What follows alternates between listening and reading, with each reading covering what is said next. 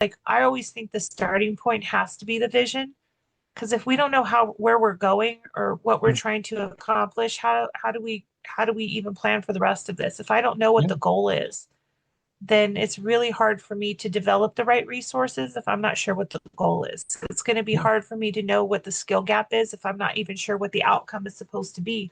And Yeah. and yet, oftentimes that's one of the least communicated parts of the vision. How do we know that this is going to work or it's successful? So making sure that the vision includes a communication plan, not just to the people who are going to be receiving the greatest benefit from the change, but from the folks who don't really necessarily understand why the change should affect them, because we take everything personal. This works for me, as opposed to, well, if we go through this, this will make sure that all of our systems are talking and communicating effectively in the state, which makes it easier for all of our end users and easier for us to access people when we need to access people from out of state. Even if you never talk to anybody else from a different county, this is going to help your partners in the next building who interact with um, different counties all the time, right?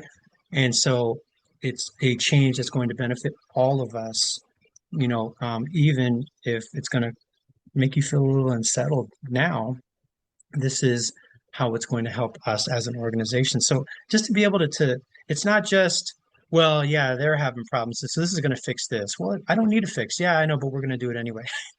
That's not Mhm. motivating. That's not supportive. Where I've talked about, I really believe success at your job is half your skill set and half how much you really enjoy what you're doing, right? Or how much you enjoy doing, or the people that you're doing it with, right? The environment. Half of it is the skills, the other half is the environment. How is that meshing into a place where, yeah, this is hard, but this environment is supportive, and we have a great group of people, so I'm willing to work harder for them, right?